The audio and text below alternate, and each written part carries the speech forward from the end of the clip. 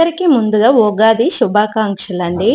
అయితే నేను ఒక టైలర్‌నని చెప్పాను కదా! అయితే రాత్రి అయితే 11 అయిందండి. అయితే తెల్లవారైతే 5కి లెగిసా. 5కి లేసి మిగతావైతే జిగ్‌జాగ్‌లు చేశానండి. ఎవ్వరికైనా ఏ పనిలోనైనా కొంచెం హ్యాపీగా ఉంటదేమో గానీ, టైలరింగ్ అనేది ఇంట్లో మాత్రం చాలా కష్టంగానే ఉంటదండి పండగలొచ్చేసరికి. ఎందుకంటే ప్రతి ఒక్కళ్ళకి పండగలకే కావాలి బట్టలు అని చెప్తారు. అయితే ఈ మధ్య నేనైతే కొంచెం ఫంక్షన్‌లో అటు ఇటు తిరగడంతో కొంచెం ఇబ్బందయితే బాగా అయ్యిందండి కుట్టడానికి.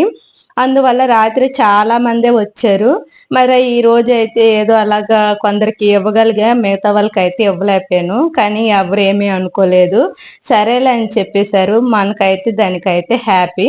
అయితే ముందు మనము ఏదైనా సరే ఒక పూజ అనగానే ఫస్ట్ అండి దువ్వారాలకైతే మనము ముందు ముగ్గులేసుకుంటాం కదా! పసుపు పెట్టేసి. ఎందుకంటే అసలే ఈరోజు ఉగాది. అయితే నేనైతే తెల్లవారు 5కి లేసేసి ఇంకా ఫస్ట్ ఆ పనే చేశానండి. తర్వాత మామిడికాయ ఉగాది పచ్చడి అంటారు కదండీ! అదైతే పెట్టుకున్నా. అదైతే ప్రతి ఒక్కళ్ళకి తెలుసు. ఈ జీవితం ఉంది అంటే ప్రతి కష్టాలు, సుఖాలు ప్రతీదీ తట్టుకొని నిలవాలి. అంటే కష్టాలొస్తాయి, మంచి వార్తలొస్తాయి, చెడు వార్తలొస్తాయి. ఏ క్షణం ఎలా జరుగుతది, ఏటని అన్నీ మనము తట్టుకొని నిలడానికి ఇది చెప్పుతదనమాట. ప్రతీదీ అన్ని రుచులు కూడా తింటే అన్నీ ఇలా ఉంటది అనేసి చెప్పడానికే ఈ పచ్చడి ప్రతీదీ. అంటే చేదు వార్తలు వింటాం, తీపి వార్తలు వింటాం. అన్నీ కొన్ని కొన్ని వార్తలు కొంచెం ఒకలా ఉంటాయి. మనలో కష్టబాధలు, సుఖాలు ఇవన్నీ వస్తాయి. అవన్నీ చెప్పడానికే ఈ ఉగాది పచ్చడైతే తయారు చేసుకుంటారండి. అయితే ఇంకా పెట్టేసి ఇంక దీపం అయితే పెట్టేసా. ఇంక నాకైతే ఒక సైడ్ నుండి ఫోన్‌లొస్తూనే ఉన్నాయి ఈ బట్టలకి. అయితే ఇంక దేవుడికి మొక్కుకొని ఇంకా రామాలయం రామాలయంకైతే ఎళ్దాం అనుకున్నాను గానీ, ఈరోజు మేము మటను ఇవి వండుతామని మరి రామాలయంకైతే ఎళ్ళలేదు. ఎందుకంటే ఒక దేవుడి దగ్గర గుడికెళ్ళి వచ్చిన తర్వాత మళ్ళా ఇవన్నీ తినడం అవన్నీ ఇది కదా! అనేసి మరి మనమే కదా వండాలి మరి పిల్లలున్నప్పుడు అనేసి ఇంకా ఎళ్ళలేదు ఈరోజు. అయితే ఫైనల్‌గా పూజ అయితే ముగించుకొని ఇంక పిల్లలకైతే టిఫిన్ అయితే పెట్టానండి. ఒక సైడ్ అయితే ఉప్మా పెట్టాను. ఇంకో సైడ్ అయితే దోసలైతే వేశానండి. వేసిన తర్వాత చూసారా వేడి నీళ్ళైతే కరెంట్ పొయ్యి మీద ఉప్మాకెప్పుడు వేడి నీళ్ళు ముందుగానే మరగబెట్టుకొని, అప్పుడే ఉప్మా నీట్‌గా వస్తది. ఇల్లయితే నీట్‌గా క్లీన్ చేసుకొని, ఇంకా నేనైతే షాప్‌కయితే బయలుదేరిపోయా. అప్పటికే 8:30 ఇలా అయ్యింది.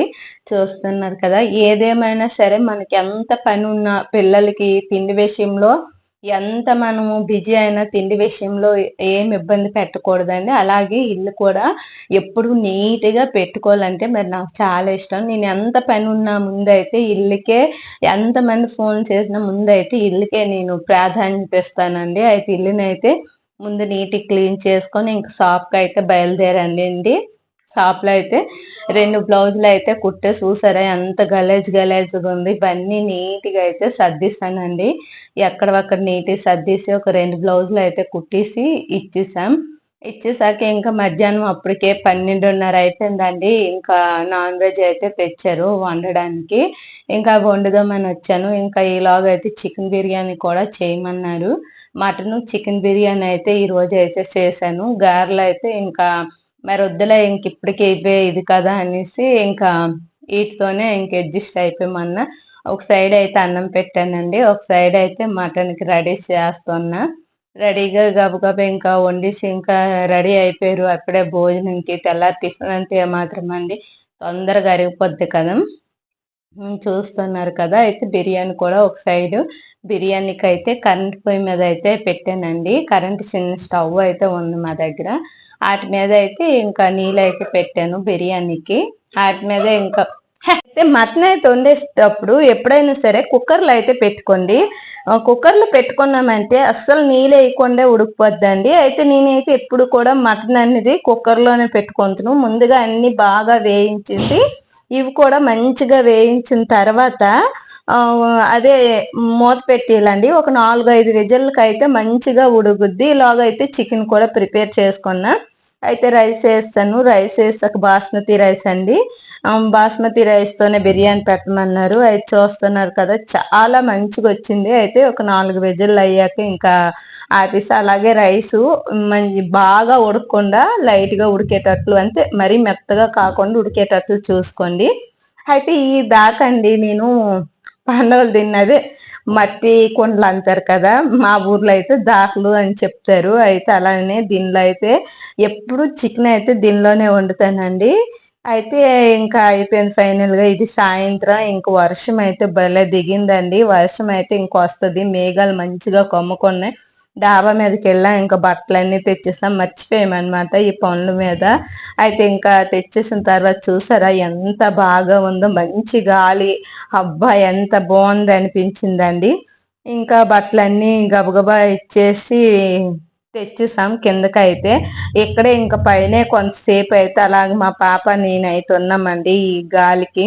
అయితే ఆ గాలి ఎలా ఉందంటే ఎగిరిపోతామేమో అన్నట్టుంది. మరి చూసారా మా చుట్టూ కూడా చెట్లు ఉంటూనే ఉంటాయి. అదే చెట్లు ఉన్నాయండి. అయితే చూడండి ఎన్ని బట్టలు అయ్యాయి. ఇవి 2 days అండి. ఇదండి ఇల్లుని అయితే ఎప్పుడు చూడండి ఎనీ టైం చూసినా ఇలానే ఉండాలండి ఇల్లు అనేది అనిపిస్తుంది. అయితే ఫైనల్ గా బిర్యానీ కూడా సాయంత్రంకి క్లియర్ చేస్తారండి. ఇంకా బట్టలు అయితే ఇంకా మడతలు పెట్టడానికి స్టార్ట్ చేశాను. బట్టలు అయితే తెచ్చేసి మడతలు అయితే స్టార్ట్ చేశాను అని పెట్టడానికి. కొన్ని అలానే ఇస్త్రీ కూడా చేయాలి. అవి అయితే ఒక సైడ్ అయితే పెట్టుకుంటా. ఏదన్నా ఒక టైలర్ అనగానే ఎలా ఉంటదంటే పండుగ వచ్చేసరికి అసలు అంటే బయట వాళ్ళు వేసుకొని హ్యాపీ ఫీల్ అయితే మనకి హ్యాపీ అనిపిస్తుంది. కాకపోతే చెప్పాను కదా, ఈ మధ్యన అయితే షాప్కి వెళ్ళకపోవడంతో చాలా వరకే బట్టల పెండింగ్ అయితే ఉండిపోయాయండి. మరి కొంచెం వాళ్ళు అయితే మంచిగా అయిపోయారు కనుక పర్వాలైపోయింది. ఏదైనా సరే అంత ఒప్పుకోకుండా ఉంటే మంచిదేమో అనిపిస్తుంటది ఒక్కొక్కసారి.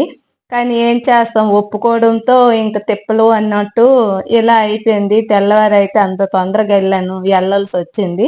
అంతేనండి. ఇంకా అలాగా ఈ రోజైతే ఇలా గడిచిపోయింది. మరి మీకెలా గడిచిందో మన కామెంట్ బాక్స్‌లో కామెంట్ చేయండి. ఏదైనా ఆడవాళ్ళమంటే ప్రతి పని చేయవలసిందే. మరి నా వీడియోస్ చూస్తున్న ప్రతి ఒక్కరికి థ్యాంక్ యూ అండి.